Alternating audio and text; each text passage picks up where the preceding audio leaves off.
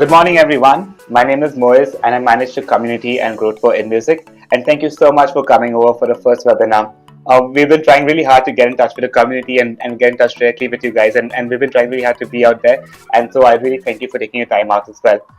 So how the webinar is going to flow today is that we're going to be having 20 minutes of question and answers, but I'm going to be asking various questions to Steve about Inmusik, about the company, about the main question about how blockchain is going to disrupt the music industry and the artists, and how it's going to help the overall future of music as well, and also a little bit about the future of Inmusik and about the sound token and about the upcoming ICO as well. So it's a mix of different things today, and after the 20 minutes of asking questions to Steve, I'm going to be keeping the floor open for any questions you guys might have to ask Steve or to me or about Inmusik as a whole.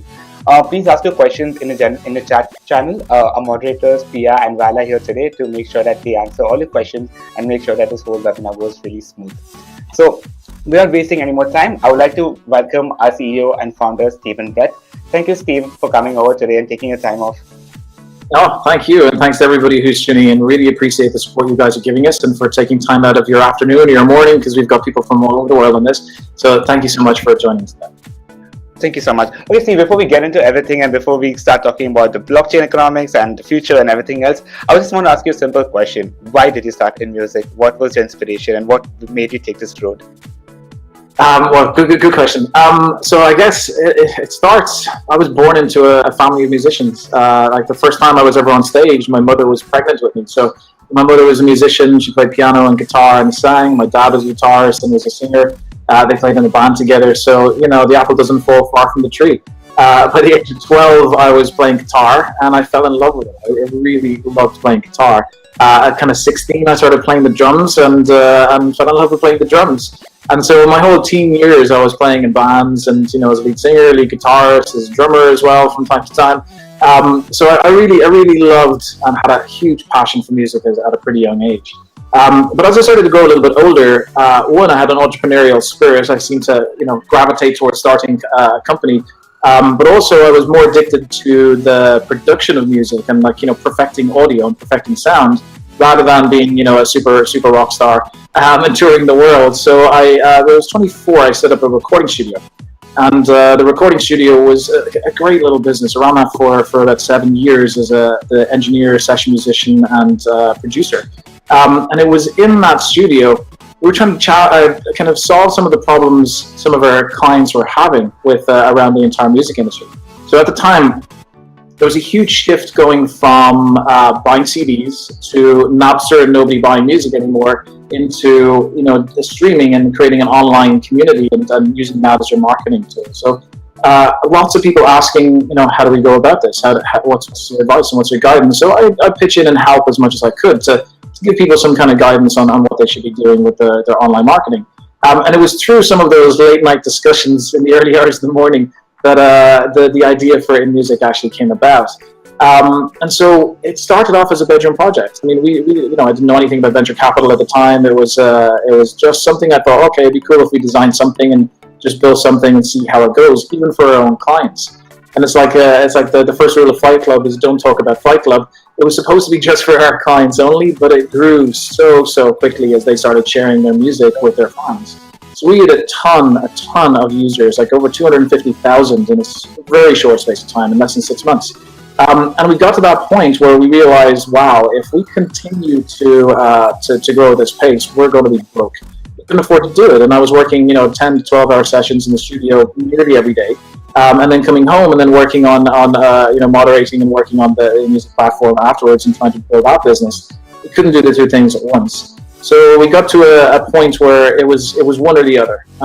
And so realizing Inmusik was a scalable business and something that was really exciting me at the time, I decided to sell the recording studio business. And literally all my earthly possessions. I decided to move over to Silicon Valley to raise the capital with a bag of books, a bag of clothes, and a laptop. Everything else I sold. So it was a huge kind of move in a completely different direction to what I've been doing before. But we were so fortunate. We landed on our feet in Silicon Valley. I mean, within 6 months, we raised $7 million from the Times Group of India. It was an immediate capital deal, which was great because it gave us an opportunity to market to a huge audience. But from operations-wise, it didn't give us the cash that we needed to run the company. It was a media capital deal only. So we were still looking out for a bigger investor to come in so that we could, build a business at scale. And then we had an offer for acquisition. A company down in Los Angeles decided they wanted to acquire us.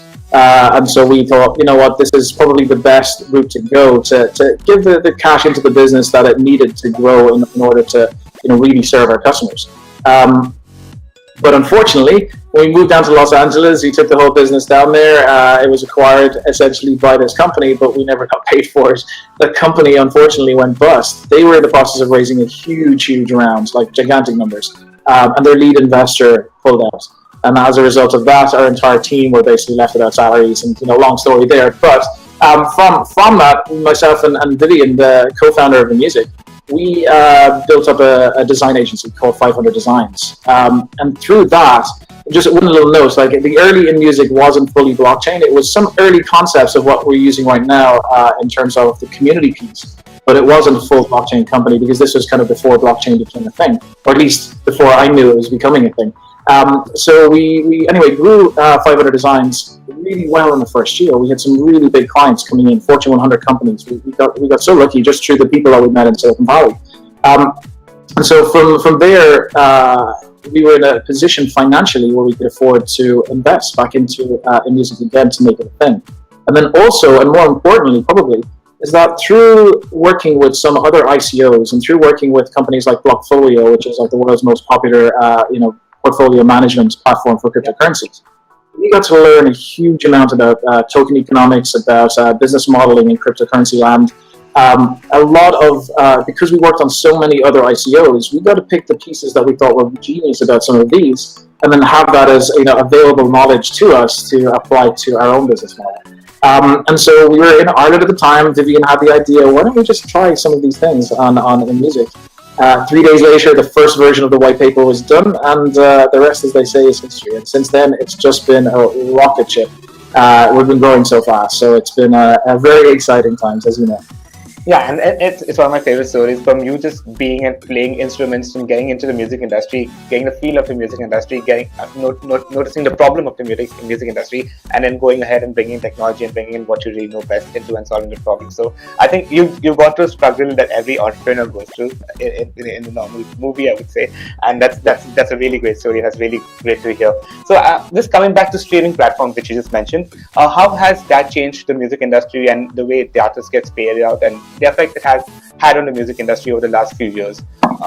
So what do you want to say about streaming platforms as a whole? So streaming, I guess, streaming is brilliant, and it's also not so good.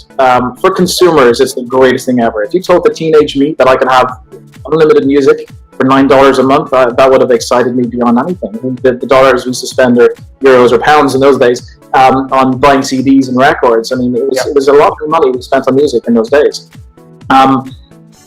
So from a consumer standpoint, streaming is amazing. Having all that music on tap, it's incredible. So the problem is for the industry and for artists, and even though it's growing and revenue is getting there and it will continue to grow, the payouts are too small. So if everybody's limited to spending $9 per month on subscription services, then the actual problem is the amount of people that you can get to subscribe. That's where the problem kicks in. And unfortunately, the numbers are still growing, but the payouts are still small. I saw it was Peter Frampton. Only last week we were discussing this. He released that he had 55 million streams of one of his songs. I can't remember the name of the song, but 55 million streams, and his payout was $1,700. I see. So it is absolutely crazy. I mean, in the older days, if there was, maybe they wouldn't be selling 55 million. Maybe he's only selling 2 million singles. But still, that equates to far more revenue from recorded music than streaming. So streaming is fantastic, but it's also it's pushing the music industry into generating revenue in different ways. which is not supportive of the earlier artists, like the up-and-coming artists. It's more supportive of the bigger industries. Yeah, I think just talking about artists as a whole and how tough it is to create and come up with new content. And there was another article which just said that artists only earned 12% of $48 billion which the music industry earned last year. And that was just mainly through tours and through different things, but not even through streaming platforms, and not even through showing and giving people their content. So I think there is a main focus of shift coming in there as well. Now coming back to the main focus of the day, the main question of the day is why blockchain? Why did you bring in blockchain into Inmusik, and how is that going to disrupt the industry and the way artists and the way listeners and the label industry is going to work from now onwards? Yeah, I mean, great question. I don't think anybody can deny at this point that blockchain is the future of so many different industries, and music plays perfectly into it. In fact, it's kind of used and cited as a use case because it's really well suited to it. But I see blockchain affecting the industry in two different ways, or from two different perspectives. One is from a kind of business solution section. The other one is more from the consumer side as well. So the easier one to deal with is the business side. And there's a few companies already working on this as well, including ourselves. So I think from the business side, it's digital rights management. So if you can imagine, every single song that's created has a smart contract that goes with it. And in that smart contract, it determines what payouts are based on various different use cases and scenarios.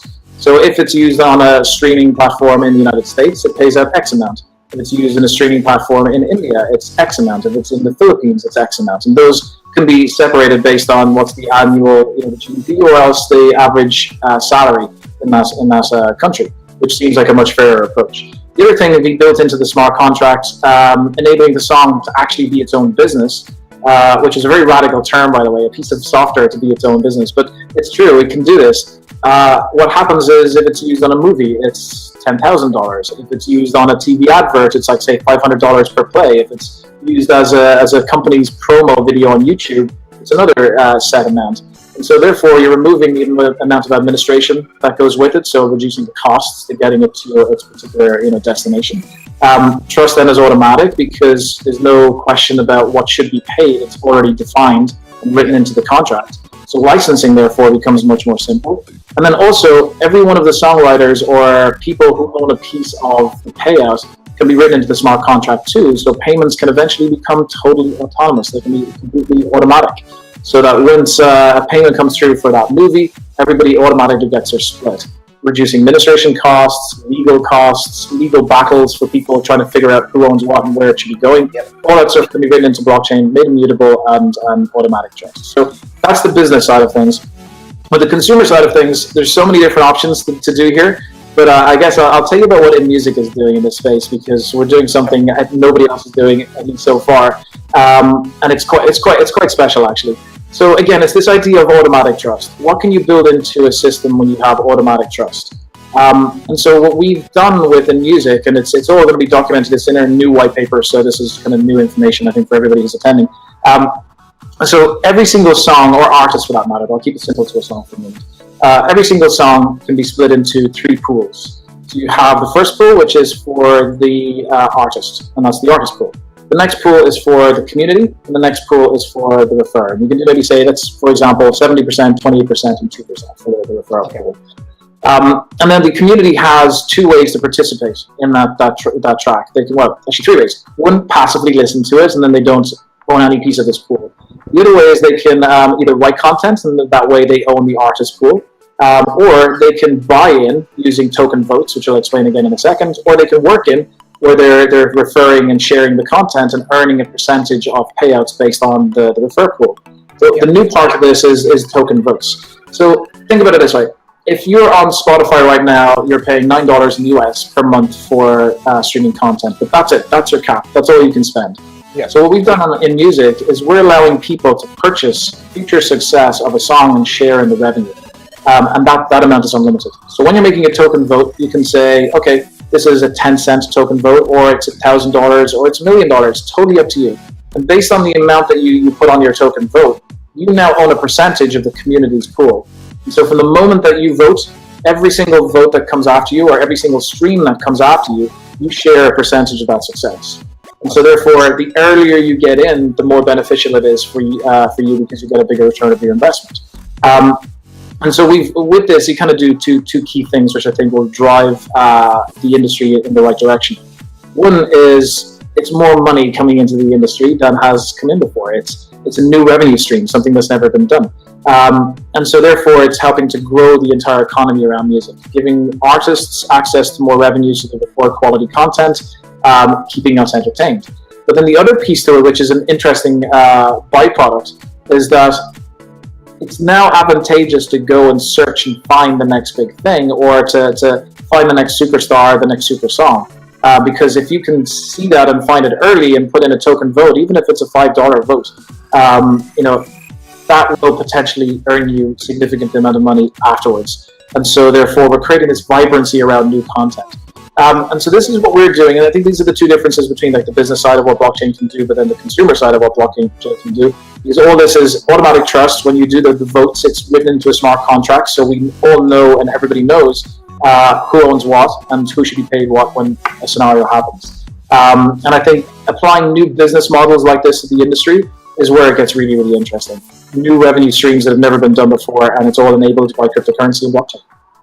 Awesome. So this is so exciting because me as a listener, until now, I could only participate in an artist's success if I rather went to a concert or got a streaming platform, or maybe got a CD or something from, or directly purchase a merchandise, right? And now this gives me a direct association to take part in the success of an artist or success of a song, which I really, really like, which none of us could do until now, which I think for me is the coolest feature of film music as well. So that's really awesome to hear, and that's something really great that we can take part in an artist's song, an artist's success as well.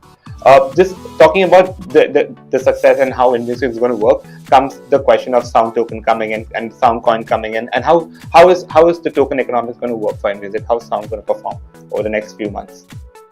So sound token is the main token for Inmusik. So we have two. The one is IC, Inmusik Cash, and that one is pegged to US dollar. And the reason we do that actually is we need to make sure that the industry, artists and labels, managers, everybody's getting a fair payout and compensation based on a set price. And as you know from cryptocurrency, the price fluctuates every day. And so therefore, one day they could be getting paid 2 cents for a stream, the next day it could be 1 cent, the next day it could be $1. Some days things go crazy. So we couldn't have that scenario. We needed to build in a system where we had a dual token, one that was locked to the US dollar. So Inmusik Cash is not something anybody can buy. It's something that is internal for the system to recognize streams and votes, and basically does the immutable part of that on blockchain. But it's not something you can purchase as a token because it's a stable coin. Well, they don't want to anyways. Then what Soundcoin is the main token that you can participate on the platform. So people who are buying their $9 monthly subscription, sound token is the token that they buy. People who are paid out for their streams, it's sound token is what's happening there. But then we've also created a scenario to try and make sure that the economics and the tokenomics behind this is as solid as we possibly can make it. So we created something else called the Stash Wallet. And what the Stash Wallet does is it serves two purposes. One is it's a buffer between Inmusik Cash and Soundcoin, so it can help to absorb any fluctuations that are happening on a day-to-day basis.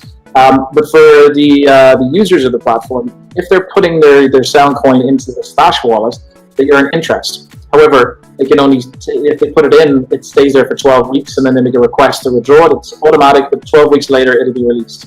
And the reason we do that is simple, so that we can have, make sure that there's always some money in Stash, hopefully significant amounts that are in there. But also what it does is pulls more tokens out of the circulation. And in any scenario where you're able to create scarcity, then the price will generally go up. So if you think, gold, diamonds, any gemstones, the reason that they increase in value is because of their scarcity, and people perceive it as valuable. So in music, if we're able to encourage our users to, if they're interested in trading on a day-to-day basis, of course, they're free to go and to do that. But if they're planning to hold on a longer term, keeping it in the stash will help them to gain more interest. They'll earn more by just keeping it there. And so it kind of serves a few different purposes. The buffer between Inmusik Cash and Sound, helping to grow in the value, and then also taking some out of circulation to increase the value. It's okay. So it's a multi-purpose token in the end. It has many applications, and also in a way, can other music applications can be built on the Inmusik platform for future use? Yeah, totally. Because the smart contract that's built into it is very flexible. Soundcoin can be used as a currency for numerous different types of transactions. Okay. I think they're all listed in the white paper, and off the top of my head, I can't pull them all off. Yeah. There's about 28 different types of transactions, but it's promising. And of course, this is going to take time to get there. It's still a fairly new concept. But one thing just to add on that one as well, I mean, what I love about this idea of applying cryptocurrency to a music platform is it's going to take a consumer-facing product to bring cryptocurrency to the mainstream. Now, it's going to take a platform where cryptocurrency doesn't even feel like a cryptocurrency. It feels like you're dealing with normal dollars that everybody understands. I think Inmusik actually has the potential. If we've got mainstream content, which is our plan to license from all the majors, if we can get mainstream content on there and bring mainstream consumers across, they will start to learn inadvertently by using the platform about cryptocurrency. So bringing cryptocurrency to the mainstream, and music is the perfect application. Who doesn't listen to music? It's a given in every single one of our days. So it serves a couple of different potential purposes as well, which are byproducts of the main function. Awesome. Thank you a lot for that. I think we're coming to an end of a webinar. I think before we just close out, I was just going to ask you a more personal question about how do you feel about the last few months about this building the team and this building this whole concept and now coming into the ICO in the next coming few months. I know it's been a very exciting time. Could you just tell the community about what you feel about it, how the last few months been, how we're going forward towards it, and just your feelings? It's just been incredible. As you know, Moiz, I mean, we've grown like in was it last week, 7 new people joined the team. So we're growing at a phenomenal rate. It's lots of little sleeping nights, to be honest with you, but it's just so exciting. And seeing the participation from the community, because more and more investment is coming in every single day, or more participation, I should say, is coming in every single day. So it's growing and growing, which keeps us feeling excited. But also, it's coming from every kind of day people like you and I. It's not coming in from the bigger institutions like solely, of course, but it's giving. That's what I love about cryptocurrencies and about ICOs. It gives everybody a chance to participate. With if you're going to be an angel investor, you need to be an accredited investor, which means you're already doing pretty well for yourself. You're somewhat wealthy. So this, with ICOs, gives everybody an opportunity to get in early on something and potentially do well from it. So it's just been amazing seeing the community that are coming in, seeing the moderators that are on here, Pia and Val. Will see from the amount of messages that come in on yourself as well, and those messages that come in from just people sharing their excitement about what we're doing. It just keeps us motivated. It keeps us working hard on these late nights. Yeah. And I think from a personal note from my side, I'm really, really happy seeing the kind of feedback and kind of comments we're getting from people, not just on the blockchain side of it, but also from the music side of it. And that's really encouraging, and that really pushes us to go through every single day and doing what we're trying to do, because in the end, it is a little difficult what we're trying to achieve in the end. So thank you so much for being there. Thank you so much for supporting us every single place we've been there. Thank you for supporting us in a bounty, and always being there on Telegram, and always keeping up on our toes and making us work every single day. So we thank you, community, for that and being a part of it as well. Before I close the webinar, I just have a few announcements to make. On the 20th of August, Steve and advisor Chris Ellis is going to be in Las Vegas. I think Steve, and they're going to be in a panel for blockchain, and they'll be talking everything about blockchain, music, and entertainment panel at Block Show in Las Vegas on the 20th. So if you are in Vegas, if you're attending the blockchain event, please go meet Steve, please go meet Chris, talk to them about Inmusik and any questions you have. They'll be more than happy to receive you. The next announcement is really exciting. We've been working on a dashboard the last whole month, and it's almost ready. So from next month, whenever you want to purchase sound tokens, or whenever you want to see how many sound tokens you're actually holding in your stash, you can just directly log into the wallet, and it'll give you every single information you want to. You can also purchase more on future sound tokens from your dashboard as well. Another addition to the dashboard, which is really exciting, which I'm personally really excited is for, we've started the referral program. I know a lot of you have been talking to us on Telegram and Twitter, asking for us to start a referral program for your friends and colleagues so that they can join the community and be a part of Inmusik as well. So we've started this referral program in the dashboard. So please keep your eye open. Talk to Inmusik, to your friends and colleagues, and bring them to part of the community. More people are always welcome. The next announcement I also have is that, as we mentioned earlier, we've been working really hard on revising a white paper and a light paper, and a new version of the white paper and the light paper will be out by tonight on the website and on the blogs as well. So please take a look at the white paper. There are a couple more additional things which we've been adding there. There's token economics and Inmusik as well. So please take a look and give us the feedback, and please ask us a question as you've been asking us always. So that's something to look forward to also. And I think, yeah, that's it from my side from today. And Steve, do you have anything you would like to tell the community before we close off? Yeah, sure. I think we can probably pass it over to some questions as well. But just before we jump to the questions, just to announce this as a thank you for everybody for taking time out of your day to come and listen to us talk about this. What we're going to do is offer everybody who's on this the webinar 25% discount on all of their token purchases, or 25% bonus, I should say, on everything that they do today. So we're going to pop a link up here in the general chat, I believe. So if you're interested, click on that, and then just an extra bonus for you guys as a way to say thank you for all your support. It's been, as I said, it's been incredible. So without you guys, we're not going to be able to do this. So it's your support that makes this all possible. So as a way to say thank you, there's that. So yeah, I think if we can go over some questions now. Yeah, so we can have the next 15-20 minutes open for all of your questions. So if you guys have any questions, please don't hesitate to ask us in a chat on a chat channel, and I'm going to be asking those questions to Steve right away. We have a question coming up, Steve. So the first question is, how did you get associated with Times Music Group from India? So that was absolute serendipity the way that one worked. So we started working out of GSV Labs. It was a co-working space, and also they had an accelerator piece built into the part of their business, basically. And so we were there. Times were looking for.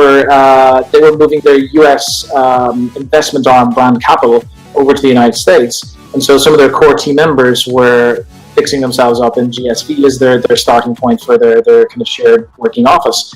And so it was true there, we were introduced to them as one of the, we were just presented to them as one of the stronger companies that were in the co-working space. And we had a chat to Piyush and to Neville and show them what we were doing, and they got really, really excited about it. Both of them love music. Both of them understand as well how passionate India is about their music, and can see why there was a need for this. And they loved it. So from day one, I think we convinced them that this was going to be a strong product. Day two, they were like, okay, this might be a strong investment. And then we spent almost 6 months working at the contract, because we were their first US-based investment in the startup world. They've never done it in a US company before. So we were like almost the guinea pigs for doing the agreement and the legal work. So it took a little bit of time to get it across the line, but it was absolutely worth doing this. And so that's how we met them. Yeah, and they've also been a great support for us so far, so that's really awesome as well. Absolutely, yeah. And supporting the ICO too as well. Considering the changing of the environment in India at the moment, they could easily just say, we're not going to do this while it's controversial. But they've been like, no, this is the right thing to do. Blockchain is the future. We need India to support this, so us as a company want to support it. And so while it's somewhere on the outlying edges, they still got behind us, no problem. That's awesome. The next question I have for you is, how did you go about forming a team? Oh, it's a great question. We were so lucky when it came to the early parts of this. So we had, through working for 500 Designs and growing that business, we worked with some big companies, like brand names that everybody knows. And so through them, we had met incredible performers, like people who were just top of their game. So I started reaching out to people that were in my network, people that I'd worked with before. Robert Bowling, for example, the guy who was behind the legendary game Call of Duty. That guy is responsible for $4 billion worth of sales. He was the main marketing guy behind that game. He was the guy up on stage announcing all of the product launches. We said it to him. His first business, by the way, was a record label. And so he had an affinity towards the music industry as well. And I brought it to him. He was like, oh, this is incredible. So he jumped on board. And Yuka then was another connection that was introduced then to Robert. Yuka's right-hand girl to Stan Lee. The guy behind all the Marvel superheroes. She's done all these massive events and organized all these events. So when it comes to the points of bringing on new digital media, she's the girl for that. And so it was a bit of like, once we reached out to a small group of advisors that we knew and trusted, that's where we were connected to more and more people. And And every time we brought it to somebody, they got pretty excited about it. So it was it was phenomenal to see, and that early excitement is what drove us actually to going so fast. And then since then, we just basically start for the last couple of roles interviewing like huge amounts of people, trying to find the exceptional ones. So yeah, we do advertisements and all the kind of the normal things to hire, but I think that's now easier that we've got resources to do that. In the early days, it's got to be relationships, and you don't find guys like Robert Bowling and Yuka, Kumar, those sort of people through LinkedIn. You find them through relationships. It's the only reason people like that get on board. So yeah. Awesome. Okay, going back to the next question. I'm really in the favor of this approach. However, I'm really trepidatious when I think of hacking. Your thoughts on hacking in Inmusik platform? Well, I guess hacking is probably better answered by Kumar than myself. He's been CTO, but I could take a stab. I mean, blockchain is very secure. It is pretty hard to hack the network. And the reason being is because it's a network where it's a ledger that's distributed across multiple nodes, basically individual users. It's duplicated a huge amount of times. So if it changes on one but doesn't change on another, then it's rejected from the system. So trust is pretty much automatic. It's very hard to hack blockchain. And in terms of hacking our platform, we're going through as many security steps as we possibly can, doing the auditing of the token, making sure that we've done as much as we possibly can to make it as secure as possible. But before we actually put it into distribution, we were putting it up on in public domain and saying, there you go, hackers have a field day, let's see if we can do it. So we're doing the best we can, but I think Kumar is the guy who could probably better answer that question. Maybe at a later point we can do an interview with Kumar and get him on to answer some of these more technical questions. Perfect, awesome. So we'll keep a panel for that as well. The next question is from Adam, and he asked, is this Stash wallet explained also in the new white paper? Yes, it's all explained in the white paper. Not much else to say around that. It's all there. All right, perfect. And another question coming up is, when will the platform itself be launched? Is it there, or is there an early beta access to it? So no, there's no beta access to it just yet, but it won't be too far away. So the Kumar and the team have built out the frame, the back end piece of how the whole thing connects and works. We've done it very modularly based as well, so it's a very clever way of DevOps trying to build it out in a particular way that it's fully scalable and interchangeable connections to it. So, I'm not a technical guy, so I'll try to answer it in a technical way. But the platform is pretty much solid. We're just at the stage of connecting in the blockchain piece and then doing it on a test net to make sure that it's all working. It's going to take a little bit more time, and we're not majorly rushing at this. It's definitely going to be post ICO when we bring out the beta version. But when, I can't say. It's going to be. We're aiming to make sure that we've got a minimum viable product online by kind of a test version online before the end of this year. So when people can start using it, we've got mainstream content. It's going to be a little while after that because we need to do the licensing with all the majors, which takes time. All right. I have a similar question from a few musicians coming along. So it goes, how will it work for the musicians? So one of them is saying, I make podcasts and like to make drum and bass shows and mixes to uncover talent and share it to the world. Is that possible? And another musician is from India, and he says, how will this help me come up and also show my music to other people as well? So how is this going to help? Well, as people can probably tell by the guitar over my shoulder, or this shoulder, that is hugely important for me. The very first version of Inmusik was designed for independent artists. So it was a way for them to represent themselves without needing the record label to be a distribution point. And that was the original vision of what we were trying to achieve. And that really hasn't changed with the new version of Inmusik. And while we are bringing mainstream content on there, our focus is to be able to create a scenario where independent artists can represent themselves without needing a record label if they choose that's the path they want to go down. So I think it's going to work in their favor because, one, they can manage their own content and take 100% of the revenues that they earn from it. The other piece to it as well, I guess, is the marketing piece. Because if you're an independent and you want to get on Spotify, I mean, it's really hard to get onto one of these top playlists that's going to get your name out there. In fact, unless you know somebody or you're signed to a major label, it's damn near impossible, to be honest with you. Yeah. So what through our platform, it's totally organic. It's not controlled by labels. It's not controlled by anybody. It's not controlled by us.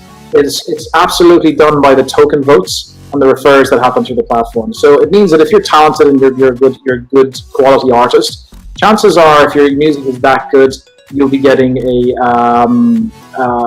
I guess you'll be getting some traction on the platform. And if you get enough token votes behind you, well, then you can afford to market as well. So it'll help you make more money. Hopefully it'll help you find an audience faster.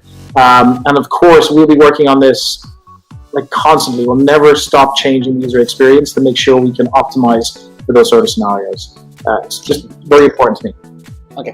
And there's another question which I think I can answer myself. For those people who purchase your sound tokens and are waiting for sound tokens to come into your account, the first step would be the wallet, I guess, and that's where you will be able to go in and see how much sound token you already purchased in the past and how much you can purchase in future as well.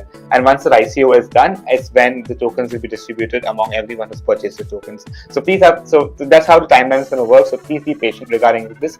We have all the answers on FAQ page on the website as well regarding the sound token, regarding a bounty, and Inmusik as well. So if that really helps out, go there and check and look for answers. Please reach out to us at hello@inmusik.co, or please reach out to us at Telegram or Twitter or anywhere else. We're always happy and we're always available 24/7 to take your questions, to answer any queries you have on maybe contributing to the sound tokens, on Inmusik or the blockchain, or how or the future, or anything else about Inmusik. So please be free, please be approachable. We love listening from you. We love having any feedback. If you have any feedback regarding the white paper or the light paper, the revised one, please come back to us so that we know what the problems are, and we can still work on it and keep improving on it, because we always believe in improving and taking feedback. So thank you so much everyone for taking your time out. Thank you so much for coming over the webinar. Please stay tuned for the upcoming webinars. I think we'll be going to do this at least twice a month or once a month, and the next topics are going to be more in depth about Inmusik, the upcoming ICO, about the token, about what the future is going to be, and more details about Inmusik in upcoming webinar. The first one was just supposed to be more about why Inmusik, why us, and what we exactly try to do. But please stay tuned for the upcoming webinar. This is going to be speaking more about Inmusik as well. On this note, I would like to thank you again and for coming. And we had something really awesome which happened last week. So Team Hodl is a rap, people who create crypto rap, and they were very kind enough to make a rap song for Inmusik as well. So we would like to present the song to you at the end of the webinar. So please take a couple of minutes and just check the song out, see if you like it, and share it, and do whatever you can on social media. I hope you enjoyed the song. And on this note, this is bye from my side, and I will see you in a few weeks. And yeah, thank you all for coming. Thanks.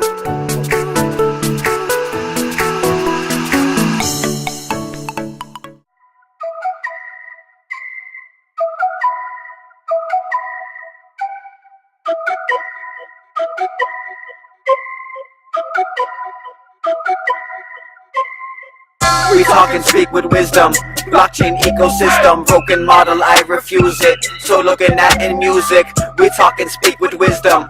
Blockchain ecosystem, broken model, I refuse it. So looking at Inmusik, all these platforms, I've seen an awful lot, but truly fair compensation's rarer than an ocelot. Why artists stay underground like penguin copper pot? Now the blockchain's here, so those practices gotta stop. Create, curate, rewarding, quit play music absorbing. Symbiotic growth, got artists and fans soaring on the winds of change that I hear roaring, kicking the door in. Once foreign, instant proportion, payment exploring. Inventive incentives like yup, attentive attention to what artists need, cause artistry can be the hardest thing. And music's the armory for us with music in the arteries. Sound token and ERC and IC pegged to the USD. 1 cent a token for stability. I put my tokens in my stash, wallaby, earning while chilling like wallaby. Hop around when I drop my sound, cause guapa bounds for quality, and that's all we got. Team Hodl up on the block, so check the mission, flip the manuscript and come and listen while we take a walk. We talk and speak with wisdom. Blockchain ecosystem, broken model, I refuse it. So looking at Inmusik, we talk and speak with wisdom. Blockchain ecosystem, broken model, I refuse it. So looking at Inmusik, this industry has got a few screws loose. Fans should be connected to artists' Bluetooth. No strings attached, invisible, cause partnerships are critical. Cut out the middleman and sit there off residuals. It's pitiful, the price of being a musician. It's pivotal, pay fairly while you listen. Cause content's king and his penchant for invention has been making others money while capturing attention. I our turn to earn. I urge you learn and start adopting, making returns, cause music deserves better options. With cautious watching, I'm a hopping, cause I don't hear the future knocking often. The perfect concoction, splitting payments with the smart contract on the blockchain ledger, right on that. Network with friends like making eye contact, grow a network, putting our songs on tap. We talk and speak with wisdom, blockchain ecosystem, broken model, I refuse it. So looking at Inmusik, we talk and speak with wisdom, blockchain ecosystem, broken model, I refuse it. So looking at Inmusik.